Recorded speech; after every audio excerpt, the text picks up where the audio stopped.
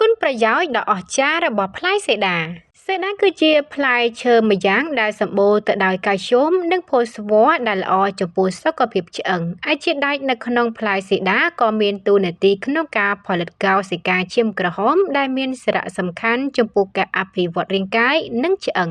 វីតាមីន B3 នៅក្នុងផ្លែសេដាមានតួនាទីគ្រប់គ្រងកម្រិតជាតិស្ករនៅក្នុងឈាមព្រោះវាជួយសម្រួលដល់ការបំលែងទៅជាថាមពលខាងក្រោមនេះគឺជាអត្ថប្រយោជន៍មួយចំនួននៃផ្លែសេដា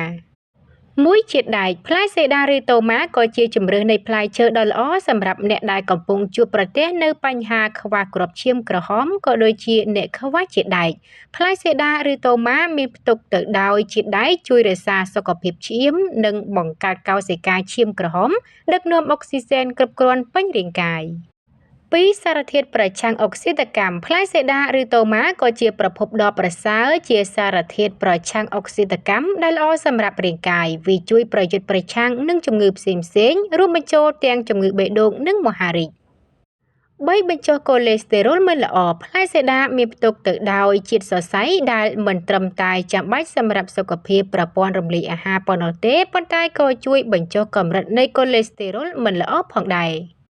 4ពង្រឹងសុខភាពឆ្អឹងនោះក៏ព្រោះតែសេដាឬតូម៉ាជាប្រភពដ៏ល្អបំផុតមួយនៃជាតិរ៉ែដែលសំខាន់សម្រាប់សុខភាពឆ្អឹងរឹងមាំរួមមានកាល់ស្យូមជាតិដែកនិងផូស្វ័រលើពីនេះផ្លែសេដាក៏អាចជួយទប់ស្កាត់ការកើតឡើងនៃជំងឺភ្នែកឡើងបាយវាជួយដុតបំផ្លាញជាតិកូលេស្តេរុលអាក្រក់ជួយពង្រឹងដល់សុខភាពឆ្អឹងឲ្យបានរឹងមាំធ្វើឲ្យសុខភាពបេះដូងដំណើរការល្អ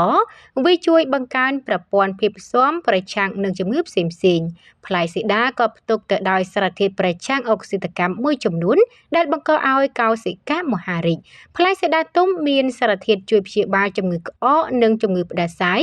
និងជួយការពារការរលាកសន្លាក់ផងដែរគូបញ្ជាក់ផងដែរថាផ្លែសេដាចាស់គេក៏អាចយកមកជ្រលក់ជាមួយនឹងអំបិលម្ទេសទទួលទានជាអាហារបន្ទាប់បន្សំបានផងដែរ